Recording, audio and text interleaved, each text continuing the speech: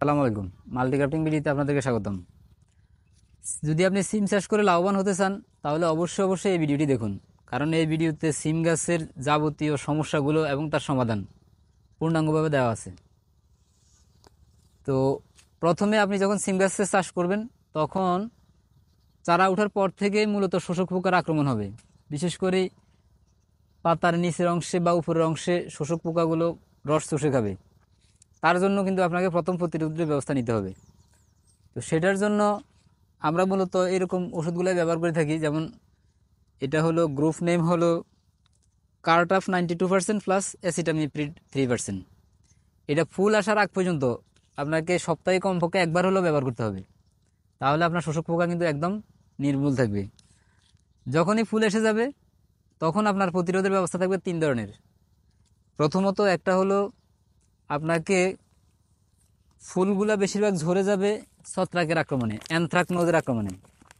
অ্যানথ্রাকনোজের জন্য আমরা নর্মাল ওষুধ ব্যবহার করি, যেমন কার্বেন্ডাজিম 12% প্লাস ম্যানকোজেব 63%। এর সাথে হায়ার অনেক প্রোডাক্ট আছে। আপনি যে কোনো ছত্রাকনাশক, ভালো মানের ছত্রাকনাশক ব্যবহার করবেন, আপনার অ্যানথ্রাকনোজের জন্য যেমন ফুল ঝরাটা আপনার একদম বন্ধ হয়ে যাবে। বিশেষ করে ফুল আরও একটি কারণে ঝরে, সেটা হলো জমিতে আর্দ্রতার অভাব, রসের অভাব হলেও কিন্তু ফুল ঝরে যেতে পারে। এই প্রোটেকশনটাও আপনাকে অবশ্যই দিতে হবে। এছাড়াও ফুল আরও ঝরার আরেকটা বড় কারণ হলো ফুলের মধ্যে কিন্তু ফট বোরার আক্রমণ করে। বিশেষ করে লেদা পোকা ফুলের উপরে এসে ডিম পেড়ে যায়, ভিতরে এসে ডিম পেড়ে যায় এবং ফুলটা পরিপক্ক হওয়ার আগে পড়ে যায়। সেটার জন্য কি ব্যবস্থা করবেন? সেটার জন্য তখন আপনাকে যেটা ব্যবস্থা করতে হবে, তখন আপনাকে দুইটা জিনিস কন্টিনিউ কম্বিনেশনভাবে ব্যবহার করবেন। বিশেষ করে অ্যাসিকার এবং এর সাথে আমরা যেমন মিক্সার দিতেছি, এটা হলো ক্লোরোপাইরিফস প্লাস সাইফারমেথ্রিন। এটা কম মূল্যের ওষুধ, বাট এর সাথে হাই অনেক প্রোডাক্ট আছে, আপনি সেটাও ব্যবহার করতে পারেন। এছাড়াও অ্যামামেকটিন বেনজয়েড ব্যবহার করতে পারেন। তারপরে এছাড়াও আপনি আরও অনেক দামি দামি ওষুধ আছে যেগুলো আপনি ব্যবহার করতে পারেন। তো এই যখন ফুল এসে যাবে তখন আপনাকে কন্টিনিউ যেটা করতে হবে, বিশেষ করে বিকাল থেকে সন্ধ্যার মধ্যে আপনাকে এই ওষুধগুলো মাস্ট ব্যবহার করতে হবে। একটা হলো শোষক পোকার জন্য, একটা হলো লেদা পোকার জন্য, আর একটা হলো আপনার ফুল ঝরা ছত্রাকনাশক হিসাবে এটা এটা আপনাকে কন্টিনিউ সপ্তাহে কমপক্ষে দুবার ব্যবহার করতে হবে। আর এছাড়াও খেয়াল রাখতে হবে গাছে যাতে পর্যাপ্ত পরিমাণে রস থাকে, তাহলে আপনার অবশ্যই গাছটা ফুলগুলো ঝরা অনেকটাই কমে যাবে।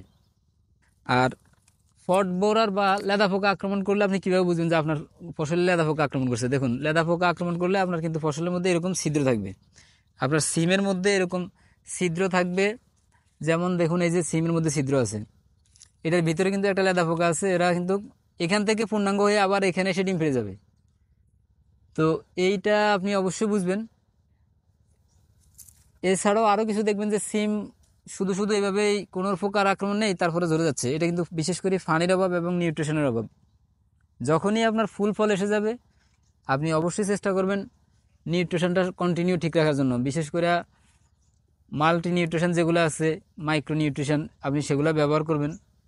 বিশেষ করে বোরন দরকার হতে পারে, জিঙ্ক দরকার হবে, এগুলো আপনাকে তখন ব্যবহার করতে হবে কন্টিনিউ। তাহলেই কেবলমাত্র আপনি এরকম সর্বোচ্চ একটা ফলন পাইতে পারেন। কারণ আপনার ফুল আসবে, সেটা যদি আপনি ঠিকভাবে সেট না করতে পারেন, এক্ষেত্রে আরও একটা ভালো জিনিস হলো আবহাওয়ার সাথে একটা ভালো সম্পর্ক। যতক্ষণ পর্যন্ত আপনার তাপমাত্রা হাই থাকবে ততক্ষণ পর্যন্ত আপনি যত ভালো সিমে লাগান সেটা কিন্তু ফুল টিকবে না।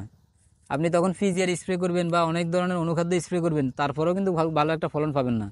আর যখন ন্যাচারালি তাপমাত্রা টেম্পারেচার কমে আসবে তখন কিন্তু আপনার ফুল অটোমেটিক সেট ভালো হবে এবং আপনার ফলের সংখ্যা অনেক ভালো হবে এবং ফলের কোয়ালিটিও অনেক ভালো হবে।